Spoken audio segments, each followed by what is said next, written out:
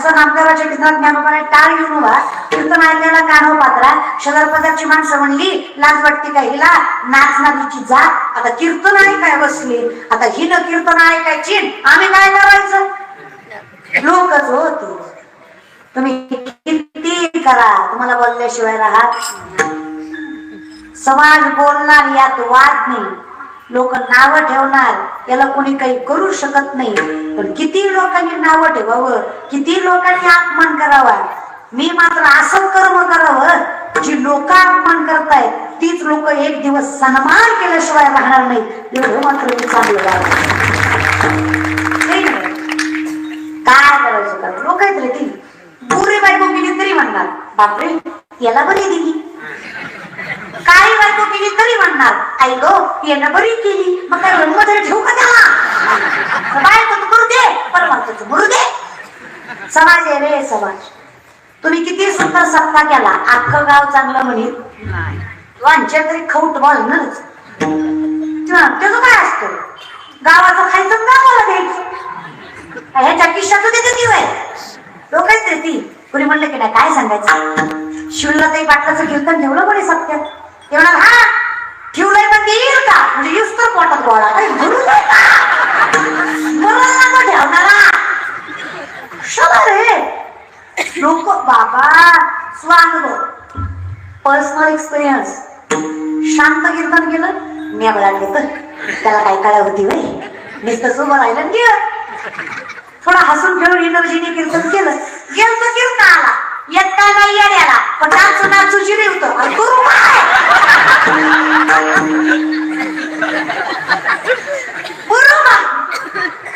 आनंदाच्या परळती काय करू नको असं नवल वाटतं मला कधी कधी माहित.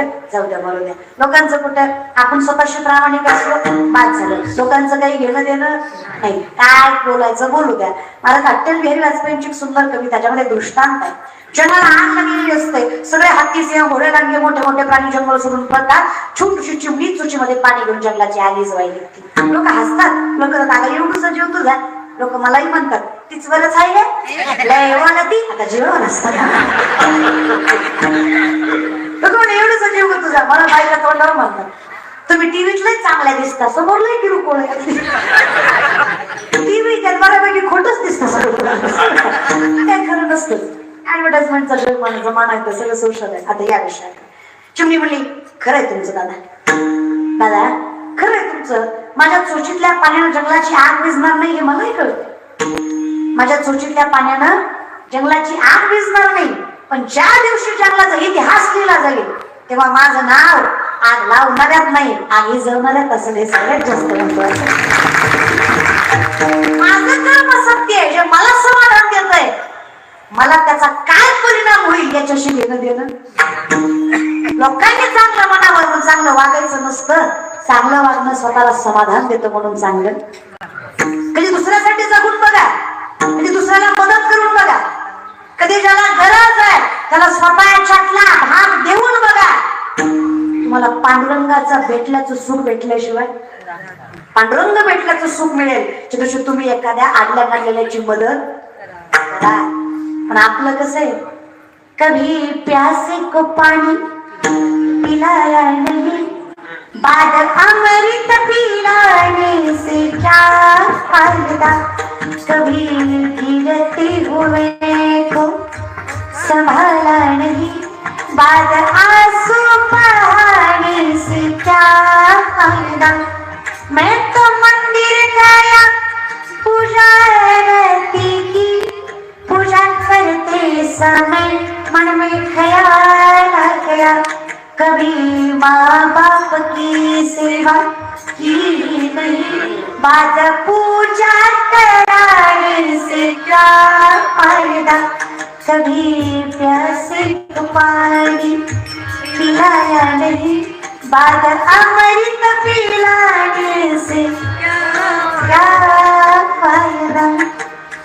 उगाच नाथ बाबांनी गंगेचं पाणी गाढवाला पाजलं. लोक म्हणतात काय येडा माणूस आहे, गंगेचं पाणी गाढवाला पाजलं. अरे गाढवाला कुठं कळत असतं का, गाढवा विठ्ठलच असतो, त्याला माणूस लागतो ना आहे की नाही. साधा प्रश्न माझा येतं गावकरी, त्याला घरातला बाप कळला नाही, त्याला पंढरीचा बाप कळून काय फायदा? ज्याला घरातली माय कळू नाही त्याला पंढरीची माय कळून तरी काय फायदा? ज्याला घरातले माय बाप कळले त्याला पंढरीचे माय बाप भेटल्याशिवाय राहिले. पुंडलिकाच्या भेटी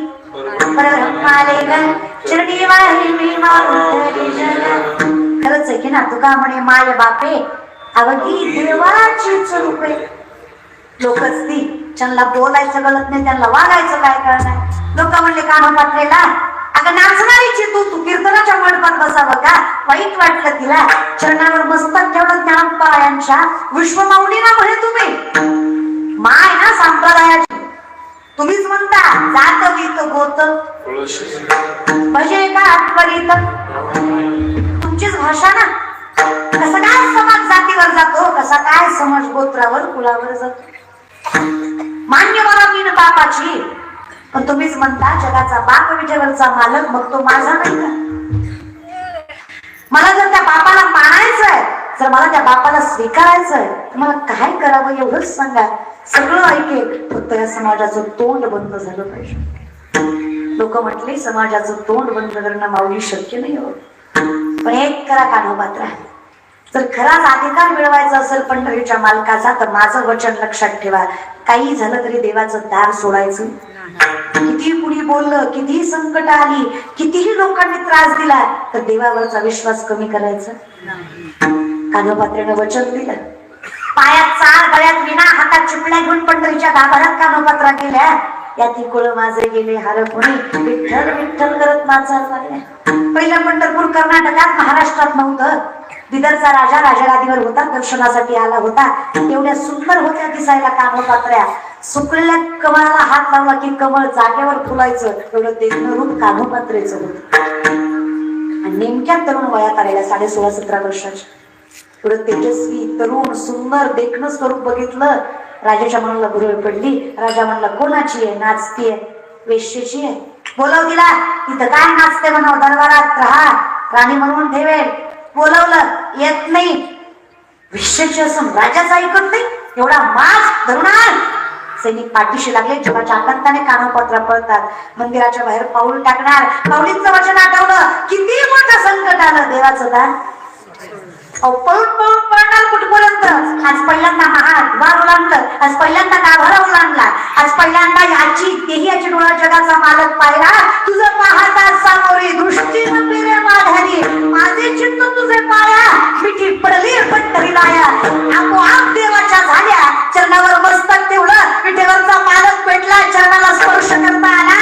या लोकांनी गलिच्छ समजणाऱ्या पुरीला जगाच्या बापानं दर्शन दिलं. आता कुणी वेगळं करू शकत नाही. नो हे सारिता, याच्यासाठी मला त्याग करावा लागेल. तुका म्हणे बळी जीव दिला, एका क्षणात आपला देह चरणावर सोडला. याला परमार्थ म्हणायचा. प्रेम आणि एवढी आवड देवाची. कानोपात्रेनं क्षणात जीव सोडला, तरी तिथली माणसं म्हणली, मेली ती मेली, देवाच्या पायावर मेली, जाता जाता आमच्या विठ्ठलाला अपवित्र करून गेली. समाज असतो कनिष्ठ बुद्धिमत्तेचा. त्यात एक अनंत ब्राह्मण नावाचं ब्राह्मण होते. धर्मपीठामध्ये याच तोंडाने मंत्र म्हणताना देवाचं नाव घ्यायला भाग्य लागतं. मग देवाच्या चरणावर देह सोडायला किती भाग्य लागत असेल. याला गरज ज्ञानाची नाही, मोठ्या मनाची. एक रात्र थांबा, उद्या बघूया काय असेल ते. रात्रभर त्या सुंदर मृत भाषेदारी मध्यरात्री अनंत ब्राह्मण झोपले. जगाचा मालक अनंताच्या स्वप्नात आला आणि सांगतो, अनंता, लेकीनं देह सोडला माझ्या चरणावर. अजून काय त्याग हवा, अजून काय प्रेमाची पावती द्यायची, अजून किती श्रेष्ठ आवड पाहिजे. त्याच्यापेक्षा मोठं काय की सगळ्यात प्रिय असणारा देह. माणसं घाबरतात ते मरणाला, ते मरणच तिनं माझ्या दारात स्वीकारलं. लेक आहे ती माझी, आज्ञा आहे माझी, जीवाची राख कर. पण कानोपात्रेची समाधी पंढरीच्या गाभाऱ्यातच झाली पाहिजे. आज पंढरीच्या गाभाऱ्यात कानोपात्रा. गेलात कधी पंढरपूरला? मरायच्या आधी जा. आपलं काय माहिती दादा, मला नवं या गोष्टीचं वाटतं. पंढरपूर हाकेच्या अंतरावर आहे. 2-2.25 तास प्रवास केला की तुम्हाला पंढरपूर आहे की नाही. 8 वाजता निघाला तर 10 पर्यंत पंढरपूर. हाकेच्या अंतरावर आहे. तुम्हाला आम्हाला पंढरपूर, तुम्हाला पण 1.5 तास नाही. हाकेच्या अंतरावर तुम्हाला आम्हाला पंढरपूर आहे. माणसं आहे. आपण क्रुझर करून महाराष्ट्राच्या बाहेर पालतो पडतो, पण पंढरपूरला जा. मी म्हणते वाऱ्या चुकवू नका. वारी नाही चुकली की काय करायचं ते, असं माझं म्हणणं नाही. फिरू नये, सगळ्या देवांना जा. सगळ्यात पहिल्यांदा महत्व पंढरपूर. आषाढी कार्तिकी चुकवायची, ही आषाढी कार्तिकी न चुकवता सगळीकडे गेलात तरी चालेल, पण जवळच सोडून लांबच पळत बसलात तर अवघड. कळत? आपल्या बापाला आधी बाप मानायचं, प्रत्येकाला म्हणायचं तो माझ्या बापासारखा आहे. कसा आहे बापा सारखा आहे बाप माझा. तुका म्हणे ते पाहिजे येड्या गबाळ्याचे बापासारखं. सगळ्यावर प्रेम, सगळ्यावर विश्वास, सगळ्याला आपलं. पण जीव कुणाला लावायचा?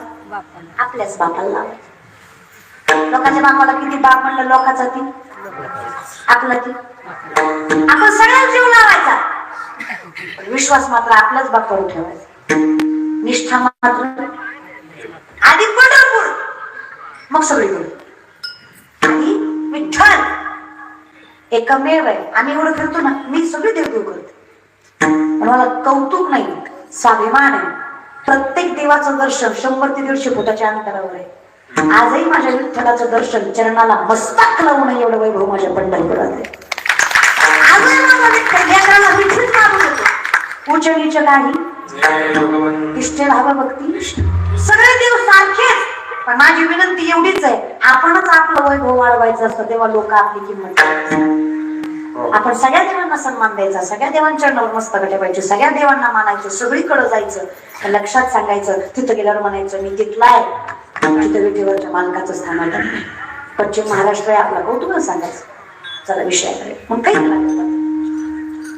जर पंढरपूरला गेलात, कधी रांगेला दर्शन घेतलं असेल तर एक झाडाची फांदी तुम्हाला आडवी लागली असेल. तो वृक्ष समाधीवरचा कामपात्रेच्या, त्या झाडाची फांदी आडवी, त्याला मस्तक लावल्याशिवाय पुढे जाता येत नाही. नामदेवराय म्हणले देवा बघता आम्ही हिला मस्तक लावायचं. कोणी चाटचूट पोरगी तुझ्या आधी हिला मस्तक लावायचं?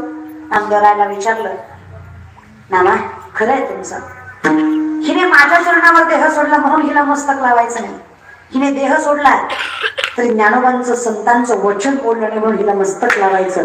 ही आवड आहे. जिथे काही झालं, जीव गेला तरी देवावरचा विश्वास कमी होत. हे ज्या दिवशी होतं त्या दिवशी कान्होपात्रिकांनी विठ्ठलात अंतर राहा नोहे सारिता किती एक होतात. माऊली म्हणतात ती लवणाची कुंजरे सुदली या लवण सागरे नोहेची मागाले परती जेवी 12 फुटाचा मिठाचा हत्ती केला सागरात नेला 3 तास धुतला माघारी आणला. झोपीला आले तुम्ही आता.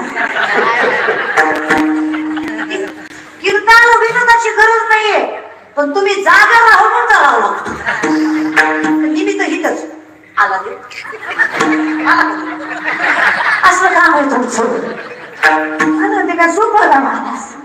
त्याच्यामुळं कीर्तनाला विनोद करणं हे आता तुम्ही बसाव म्हणून करावं लागतो बघा, नाही तर गरज. लक्षात ठेवा, कीर्तनकारामुळे कीर्तन कधीच मोठं होत नाही. कीर्तनामुळे कीर्तनकार मोठा होतोय आयुष्यावर. लक्षात ठेवा, कुठल्या चॅनलमुळे कीर्तनकार मोठा होत नाही, कीर्तनकारामुळे चॅनल मोठं होत. मोठा आहे ते व्यासपीठ आहे, व्यक्ती या सांग जागेल तुम्ही. हत्ती कशाचा बोलत, हत्ती कशाचा गेला कुठं सागरात पाण्यात. काय झालं जाडी की तुम्ही महाराज. मीठ निर्माण कुठून झालं सागरापासून पाण्यापासून. पाण्यात गेल्यावर काय झालं. ज्या दिवशी कळलं मी तुझ्यामुळे निर्माण झालो, तुझ्या जवळ आलो, ज्या दिवशी तुझ्या जवळ आलो तू आणि मी माझा या परस्परे एका नामाचीच अंतरे. तुझ्यात आणि माझ्यात काय अंतर राहिलं या ज्ञानभक्ती सहज बघतो एक वटला मज तोची मीही केवळ तुझं श्रुतही आहे. तुमचं काय ज्ञान आहे मला. तू आणि मी अवतार पांडुरंग नाम घेतले त्याने आरती ज्ञान राजा पाहा कैवल्य सेवकी साधू संत तुझा चालतात तुझ्यामुळे तर आहे, नाही तर शक्य.